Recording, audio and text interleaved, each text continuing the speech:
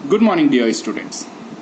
आज हम लोग बेसिकली डिस्कस करने जा रहे हैं चैप्टर नंबर 20, जिस चीज़ का नाम अपन कहते हैं लोकोमोशन एंड मूवमेंट। ये बहुत ही इंपॉर्टेंट टॉपिक है।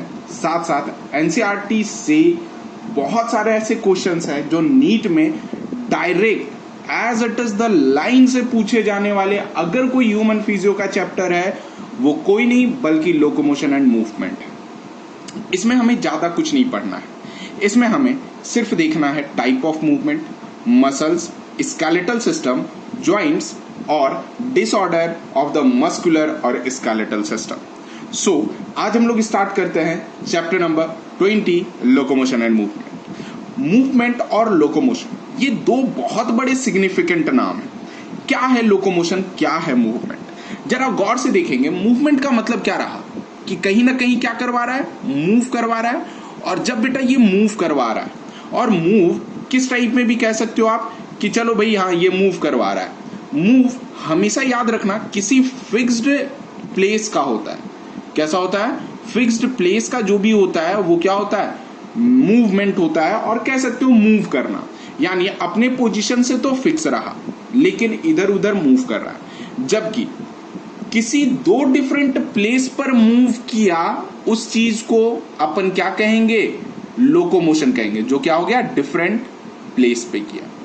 अब जरा देख लेना, जैसे कि मूवमेंट एक क्या चीज है? एक स्पेसिफिकेंट फीचर्स है, वो भी किसका? दैट इज लिविंग बींग्स का। साथ साथ मूवमेंट जो होते हैं बहुत सारे तरीके से होते हैं। कुछ है जैसे streaming of protoplasm. Streaming of protoplasm, अब जरा गौर से देखा जाए कि स्ट्रीमिंग ऑफ प्रोटोप्लाज्म है क्या। स्ट्रीमिंग ऑफ प्रोटोप्लाज्म है क्या? मतलब जैसा कि हम लोगों ने देखा था अमीबा के बारे में, और हम लोग जानते हैं अमीबा क्या है। ये एक यूनिसेलुलर ऑर्गेनिज्म है जो बहुत ही सिंपल फॉर्म करता है मूवमेंट का। जैसे अगर इसे कैचिंग और इनगल्फ करना होगा फूड का, तो ये एग्जाम्पल देख लो आप, कुछ इस टाइप का ये है अमीबा। जब ये अमीबा कुछ इस टाइप का है तो एक्चुअल में इसके जो मूवमेंट कर रहे हैं वो मूवमेंट कौन कर रहा है? इसका प्रोटोप्लाज्म मूव कर रहा है बेटा। जब ये प्रोटोप्लाज्म मूव कर रहा है तो इसी टाइप के मूवमेंट को अपन स्ट्रीमिंग मूवमेंट ऑफ प्रोटोप्लाज्म कहते हैं। क्या कहते हैं? स्ट्रीमिंग मूवमेंट ऑफ प्रोटोप्लाज्म कहते हैं। जबकि कुछ सिंपल मूवमेंट है जैसे movement of cilia, flagella, tentacles shown in a mini organism. जैसे सीलिया जो है आपको ऑब्जर्व होगा पैरामीशियम में, फ्लैजिला जो होगा यूग्लिना में ऑब्जर्व होगा, टेंटिकल्स हाइड्रा में ऑब्जर्व होगा। जबकि मूवमेंट ह्यूमन बींग्स में लिम्स में होंगे, हाथ पैर में, जॉ में होगा जिसे जबड़े कहते हैं, आई लीड्स में होगा जिसे अपन आंख की पलक कहते हैं, और टंग जिस चीज का नाम अपन क्या कहते हैं? जीभ कहते हैं।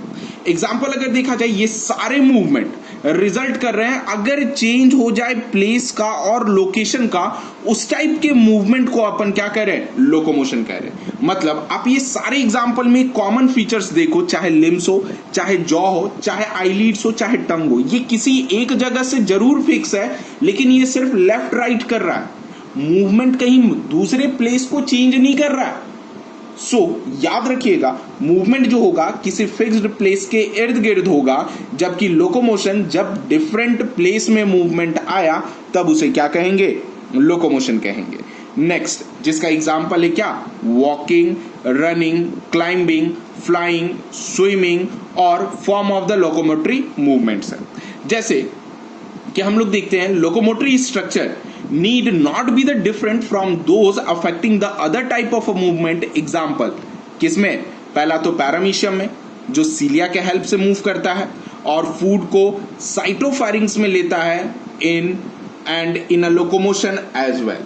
जो साइटोफैरिंग्स मतलब कि फूड स्टफ्स को जो फैरिंग्स में एंटर करवाया, उस चीज को साइटोफैरिंग्स कहें। साइटोफैरिंग्स है क्या? पैरामीशियम का। तो अब जरा गौर से ऑब्जर्व करना कि साइटोफैरिंग्स कहते किसे हैं। मान लो आप ये आपका अमीबा रहा,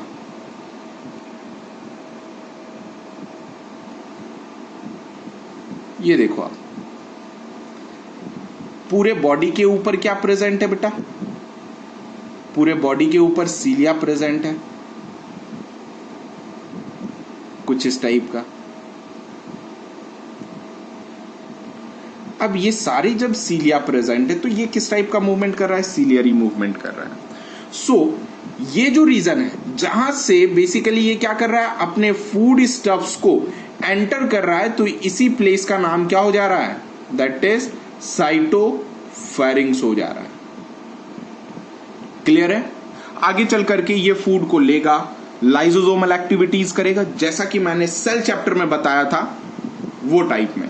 नेक्स्ट देखो, जैसे हाइड्रा, ये क्या करता है, अपने टेंटिकल्स को रोटेट करता है, जिस वजह से अपने प्रे को कैप्चर करता है और use them for the locomotion. साथ साथ वो क्या करता है, लोकोमोशन में हेल्प करता है। जैसा कि लिम्स चेंज करता है बॉडी पॉस्चर्स का,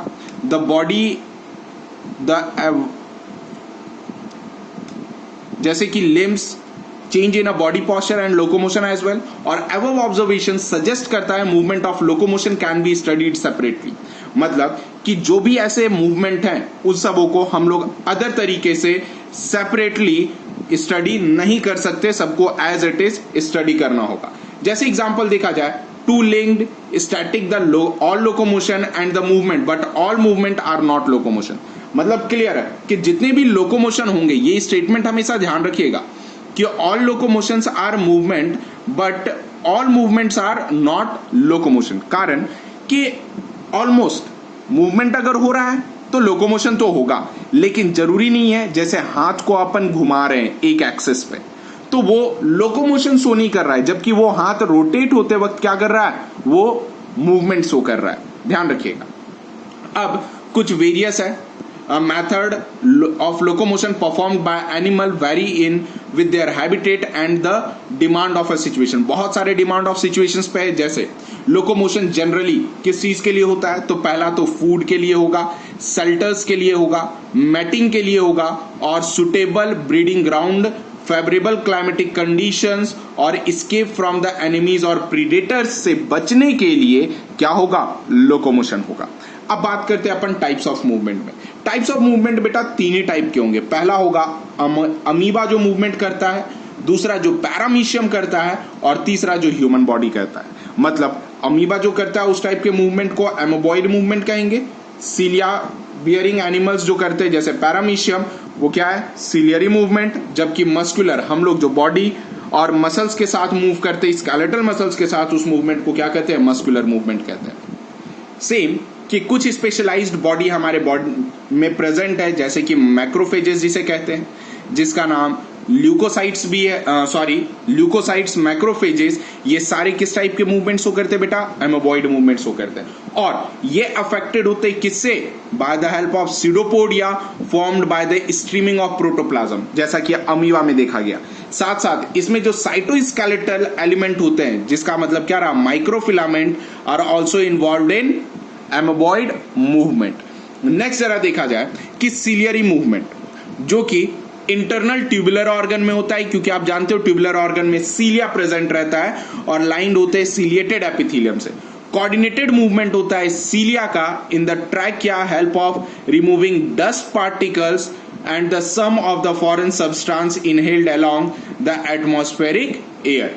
जैसा कि हम लोगों ने breathing and exchange of gases में देखा था कि सीलिया पूरा ट्रैकिया में प्रेजेंट होता है और ये बेसिकली एयर पार्टिकल्स को फिल्टर करने में मदद करता है। सेम चीज इस टाइप में मूवमेंट जो होता है वो सीलियरी मूवमेंट होता है। साथ साथ ओवम को पास करवाने के लिए फीमेल रिप्रोडक्टिव ट्रैक्ट में भी सीलियरी मूवमेंट होता है, क्योंकि आपको पहले भी बताया गया था कि जहां जहां मूवमेंट की रिक्वायरमेंट होगी, नेचर हमें वहां वहां सीलिया लगा करके देगा। Next, movement of our limbs, jaw, tongue, ये सारे मस्कुलर मूवमेंट है। इवन कुछ प्रॉपर्टीज है, जैसे कि the contractile property of muscles, यानी मसल्स क्या कर सकता है, कॉन्ट्रैक्ट कर सकता है, जो कि यूजफुल है लोकोमोशन और other movement of human being और majority of the multicellular organism. जैसे कि लोकोमोशन रिक्वायर करता है परफेक्ट कोऑर्डिनेटेड एक्टिविटीज का, वो भी किसका, मस्कुलर, स्केलेटल और न्यूरल सिस्टम। मतलब क्या रहा कि अगर लोकोमोशन करना है बॉडी को, तो मसल्स के साथ साथ स्केलेटल सिस्टम के साथ साथ न्यूरल सिस्टम का, इन तीनों का जब तक कोऑर्डिनेटेड मैनर अच्छे तरीके से नहीं आएंगे, तब तक वो बंदा अच्छे तरीके से मूव नहीं कर पाएगा। ध्यान रखिएगा ये बात को। Next, in this chapter you will learn about the types of muscles, their structure, mechanism of their contraction and important aspects of the skeletal muscles. Yes, इस चैप्टर में जाकर के हमें पढ़ना है टाइप्स ऑफ मसल्स, उसकी structure, mechanism of contractions and important aspects. जैसा कि हम लोगों ने आपको मसल्स पढ़ा दिए हैं। नेक्स्ट है मसल्स के बारे में। मसल्स जैसे कि हम लोगों ने चैप्टर 8 में देखा था, सीलिया और फ्लैजिला, जो कि आउटग्रोथ था किसी भी सेल मेम्ब्रेन का। सेम उसी टाइप में जो फ्लैजिलर मूवमेंट है, यानी जिसके पास फ्लैजिला प्रेजेंट है। एग्जाम्पल अगर देखा जाए, यूग्लिना। यूग्लिना एक प्रोटोजोअन है जो बेसिकली फ्लैजिला के हेल्प से मूव करता है। साथ साथ जो हमारे स्पर्मेटोजोआ है, जिसे अपन क्या कह सकते हैं, स्पर्म कहते हैं, उसके पास भी बेटा ये क्या रहता है, कुछ इस टाइप के स्ट्रक्चर होते हैं। ये उसका हेड पीस रहता है और ये उसका टेल रहता है। अब ये इसके पास पहला तो ये हैप्लॉइड नंबर पे होता है क्रोमोसोम्स, प्लस ये इसका टेल रहा। अब टेल इसका क्या हो गया बेटा, फ्लैजिला हो गया। सो इस टाइप के मूवमेंट में, यानी अपने टेल को वीप करेगा। वीप का मतलब आप जानते हो, चाबुक के जैसे ये करेगा और अल्टीमेटली वो क्या होगा, आगे की ओर मूव करेगा। तो इस टाइप के मूवमेंट को फ्लैजिलर मूवमेंट कहते हैं। साथ साथ जैसे कि हम लोगों ने water canal system of sponges में देखा था, दैट इज कॉलर सेल्स, जिसका नाम अपन क्या दिए थे, कोएनोसाइट्स दिए थे। उसमें भी फ्लैजिलर मूवमेंट होता था, जिस वजह से कोऑर्डिनेटेड मूवमेंट ऑब्जर्व होता था। सेम चीज अब प्रोटोजोअन्स लाइक यूग्लिना, जैसा हम लोगों ने डिस्कस किया। मसल्स स्पेशलाइज्ड टिश्यू है मेसोडर्मल ओरिजिन का। नियर अबाउट 40 से 50% of body weight human adult का कंट्रीब्यूट करता है बाय मसल्स। इसके पास 4 प्रॉपर्टी होते हैं। पहला एक्साइटेबिलिटी, यानी एक्साइट हो सकता है। कॉन्ट्रैक्टिबिलिटी, यानी कॉन्ट्रैक्शंस होने की। नेक्स्ट आता है कि अपने साइज से ज्यादा एक्सट्रेस हो सकता है, दैट इज एक्सटेंसिबिलिटी। एंड दूसरा कि फ्लेक्सिबिलिटी को मेंटेन करता है, दैट इज द इलास्टिसिटी। यही डिफरेंट क्राइटेरिया की वजह से मसल्स को डिस्ट्रीब्यूट किया गया है, namely location, appearance, nature of the regulations of their activities, जो कि बेस्ड क्या चीज है, लोकेशंस पे। 3 टाइप के मसल्स, पहला स्केलेटल, दूसरा विसरल और तीसरा कार्डियक मसल्स। अब हम लोग जो डिस्कस करने जा रहे हैं वो है अपने नोट्स के रिगार्डिंग, जिसमें हम लोगों ने स्केलेटल मसल्स, विसरल मसल्स और कार्डियक मसल्स को बहुत अच्छे तरीके से देखा है। नाउ अब हम लोग नोट्स के बेसिस पे आगे डिस्कस करेंगे स्टूडेंट्स। अब क्या बेटा, देखो जैसे मूवमेंट हम लोगों ने बताया कि ये एक कैरेक्टरिस्टिक्स किसका है, सारी लिविंग ऑर्गेनिज्म का है। और ये कहां पे होता है, सेलुलर लेवल पे। सेल भी मूवमेंट शो करता है, मॉलिक्यूल्स भी मूवमेंट शो करता है और हमारा बॉडी का ऑर्गन भी मूवमेंट शो करता है। जबकि locomotion, movement of entire body and changes its place from one place to another place, उस चीज को अपन क्या कहते हैं, लोकोमोशन कहते हैं। जबकि जो department movement of body parts है, उसकी स्टडी से related, they are commonly known as what, काइनेसोलॉजी।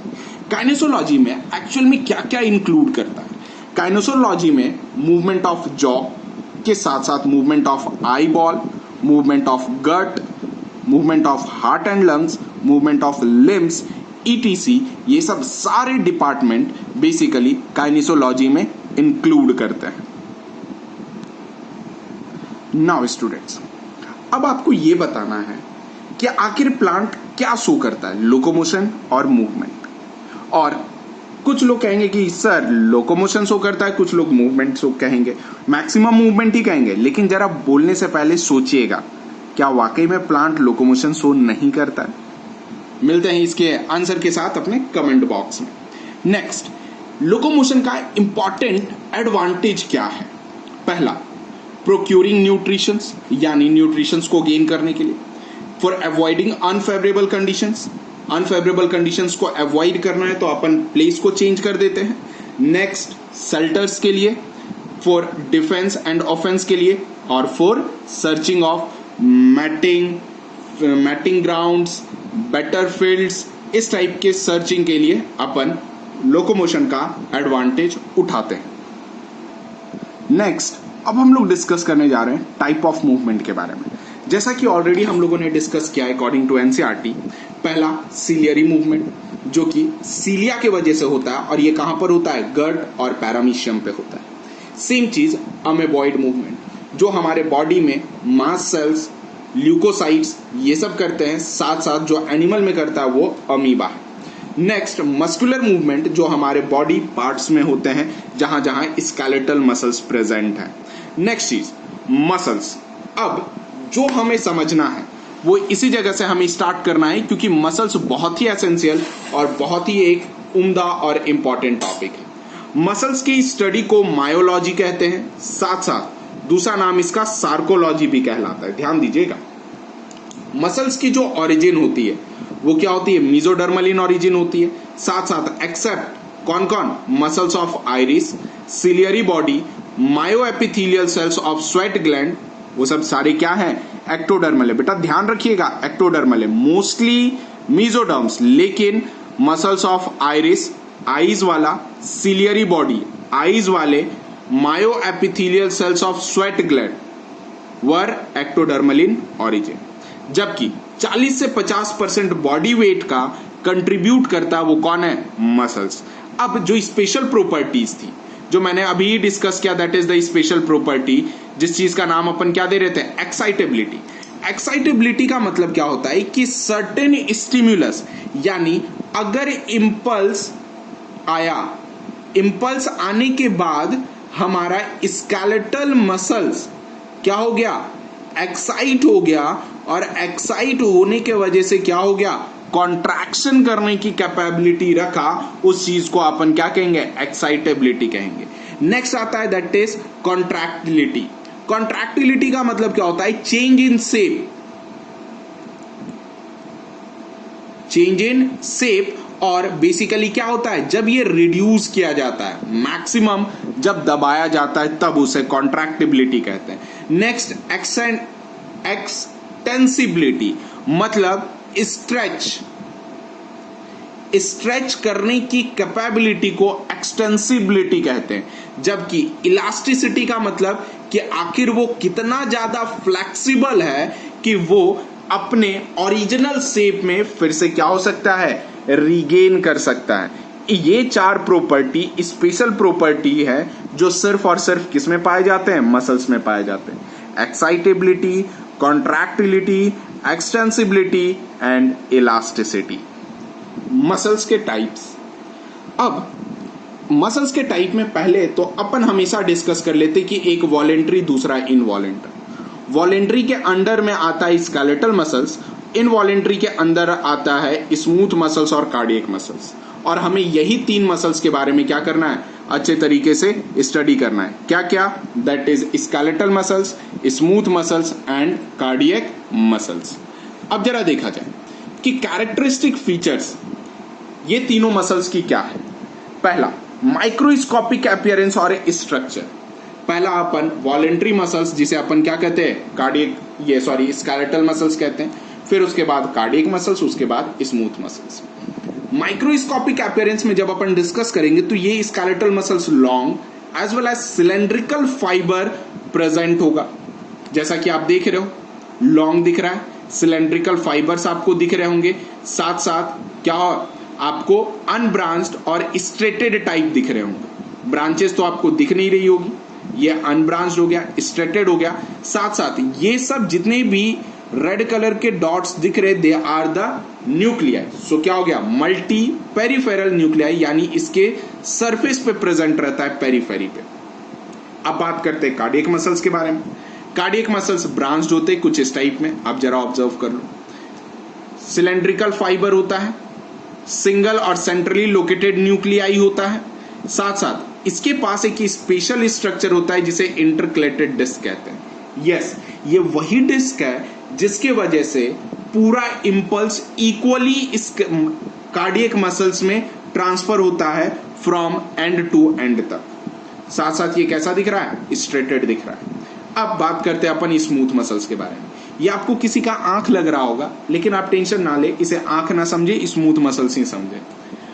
Fibre काफी ज्यादा थिकेस्ट होता है, प्रेजेंट होता है मिडल रीजन्स में, और सिंगल न्यूक्लियाई होता है और नॉन स्ट्रेटेड होता है। अब नेक्स्ट डिस्कस करेंगे स्केलेटल मसल्स, कार्डियक मसल्स और स्मूथ मसल्स के लोकेशंस के बारे में कि कहां कहां पाया जाता है। लोकेशन जब देखा जाए तो स्केलेटल मसल्स अटैच होता है टेंडन टू बोन, बोन से अटैच होता है और place over the bone. Next cardiac muscles heart में प्रेजेंट होता है, जबकि smooth muscles wall of visceral organs को अपन क्या कह सकते हैं, स्मूथ मसल्स कहते हैं। जैसे एयरवे पैसेज में, ब्लड वेसल्स में, आइरिस और सिलियरी बॉडी में, एरेक्टर पिली मसल्स में, वो भी किसका, हेयर फॉलिकल्स जिसे अपन क्या कहते हैं, गूज बम्स का फॉर्मेशन कहते हैं। अब साइज के बारे में बात किया जाए, साइज अगर देखा जाए तो साइज क्या है, स्केलेटल मसल्स का सबसे ज्यादा लार्ज है, नियर अबाउट 10 से लेकर के 100 माइक्रोमीटर तक। कार्डियक मसल्स लार्ज 10 से 20 माइक्रोमीटर, स्मूथ मसल्स का 3 से लेकर के कितना, 8 माइक्रोमीटर तक। अब बात करते हैं कैरेक्टरिस्टिक्स, वो भी किसकी, कनेक्टिव टिश्यूज कंपोनेंट की। कनेक्टिव टिश्यू कंपोनेंट में स्केलेटल मसल्स में 3 होते हैं, एंडोमाइसियम, पेरीमाइसियम, एपीमाइसियम। जबकि कार्डियक मसल्स में एंडोमाइसियम, पेरीमाइसियम प्रेजेंट होते हैं, जबकि स्मूथ मसल्स में सिर्फ और सिर्फ क्या प्रेजेंट होता है, एंडोमाइसियम में। और ये सब सारी चीज एंडो, पेरी, एपी, ये माइसियम के लेयर के बारे में हम लोग जो भी डिस्कस करेंगे वो इसके स्ट्रक्चर के बारे में डिस्कस करेंगे, तब हम लोग ये कनेक्टिव टिश्यू कंपोनेंट के बारे में अच्छे तरीके से समझेंगे। नेक्स्ट जब अपन कैरेक्टरिस्टिक्स पे डिस्कस करेंगे तो अब हम लोग डिस्कस करेंगे कॉन्ट्रैक्टाइल प्रोटीन ऑर्गेनाइज्ड इन सार्कोमर। सार्कोमर मतलब कि ये लेयर के बारे में बताया जा रहा है। सार्को टर्म जो लिया गया वो मसल्स के लिए लिया जाता है। जैसे स्केलेटल मसल्स में सार्कोमर प्रेजेंट होते हैं, कार्डियक मसल्स में प्रेजेंट होते हैं, लेकिन स्मूथ मसल्स में क्या होते हैं, ये एब्सेंट होते हैं, दैट इज नो। अब क्या है, जंक्शन बिटवीन द फाइबर्स, यानी क्या दो फाइबर के बीच में जंक्शंस प्रेजेंट होते हैं। अभी अपन जब देखेंगे स्केलेटल मसल्स में नहीं होते हैं।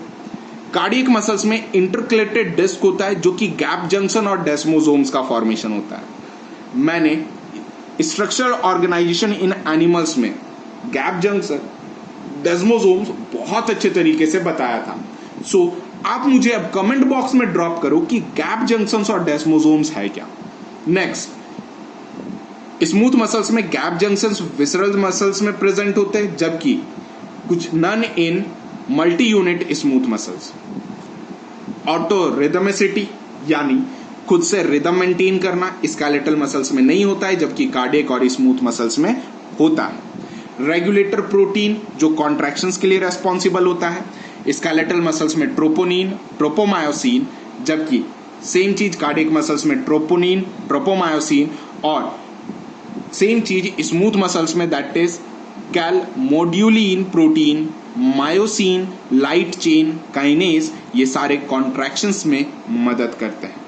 अब speed of contractions that is skeletal muscles में फास्ट होता है, कार्डियक मसल्स में मॉडरेट होता है, और जिस चीज को अपन क्या कहते हैं स्मूथ मसल्स, उसमें क्या होता है, स्लो होता है। Next that is the nervous control. Nervous control अगर देखा जाए दैट इज स्केलेटल मसल्स का वॉलेंट्री होता है और mostly somatic nervous system control करता है। साथ साथ कार्डियक मसल्स का इनवॉलेंट्री होता है और ये ऑटोनॉमिक नर्वस सिस्टम कंट्रोल करता है। सेम चीज स्मूथ मसल्स का, ये भी ऑटोनॉमिक नर्वस सिस्टम कंट्रोल करता है। अब कॉन्ट्रैक्शन और रेगुलेशंस के बारे में बात करें तो स्केलेटल मसल्स में acetylcholine important role play करता है। कार्डियक मसल्स में एसिटाइल कोलिन और नॉर एपिनेफ्रीन बहुत ही इंपॉर्टेंट तरीके से मदद करता है।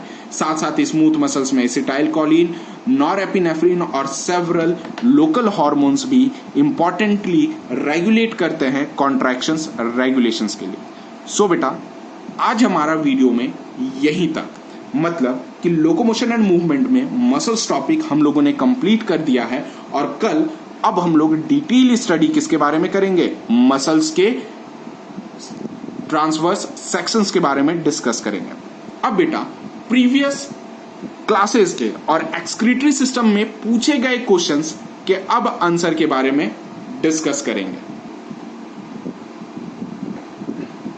बहुत सारे स्टूडेंट ने जीएफआर के बारे में बताया, साथ साथ सिंपल अगर बेसिक टर्म में बात किया जाए कि जीएफआर का कंपोजिशन क्या था, that is glomerular filtration rate का। अब इसका सिर्फ जो ब्लड प्रोटीन है बेटा, एल्ब्यूमिन, ग्लोबुलिन को छोड़ करके जो भी होगा वो सारे ग्लोमेरुलर फिल्ट्रेट में प्रेजेंट हो जाएगा। ध्यान रखिएगा, ब्लड प्रोटीन को छोड़ने के बाद। क्यों? क्योंकि ब्लड प्रोटीन का डायमीटर ज्यादा होता है, जो simple squamous epithelium that is the endothelium of glomerulus से बाहर नहीं आ पाता है। अब हम लोग बेसिकली देखें कि मैंने एक क्वेश्चंस पूछा था। क्वेश्चंस ये था कि अगर किडनी में 1200 मिली ऑस्मोलरिटी पर लीटर से एक्सेस हो जाए तब क्या होगा। बहुत सारे स्टूडेंट ने बहुत अच्छा एफर्ट लगा, लेकिन एक बात बता दे रहा हूं, किन्हीं का भी आंसर क्लियर नहीं था। अब सीधा समझिएगा, अगर जैसे ही 1200 मिली ऑस्मोलरिटी पर लीटर से एक्सेस सॉल्यूट मॉलिक्यूल इंक्रीज करता है, तब क्या होगा बेटा कि यहां पे जहां जहां ब्लड वेसल्स प्रेजेंट होते हैं वहां वहां लिम्फ वेसल्स प्रेजेंट होता है।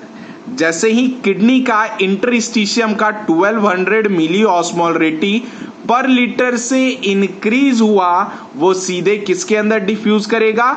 लिम्फ के अंदर डिफ्यूज करेगा, और लिम्फ उस एक्सेस शुगर को बॉडी से बाहर निकालेगा और ब्लड में डालेगा और फिर से फिल्टर करने के लिए रेस्पॉन्सिबल रोल मेंटेन करेगा। उम्मीद होगा कि आपको ये टर्म क्लियर होगा, जिसे अपन काउंटर करंट मैकेनिज्म में कहें। नेक्स्ट कि what about the length of Henle's loop of birds. Simple, अभी हम लोगों ने देखा था कि कॉन्सेंट्रेटेड यूरिन फॉर्म करने के लिए हेनलेज लूप का ज्यादा लेंथ में होना अनिवार्य होता है। सो बर्ड्स की हेनलेज लूप काफी ज्यादा लेंथ में होगी, जिसके वजह से बर्ड्स सॉलिड यूरिन और सॉलिड एक्सक्रीटरी मैटर बॉडी से बाहर निकालती है, डिस्चार्ज करती है। सो इस वीडियो में यहीं तक। मिलते हैं हम अपने नेक्स्ट वीडियो के साथ of the locomotion and movement. तब तक के लिए stay safe, stay healthy and thank you for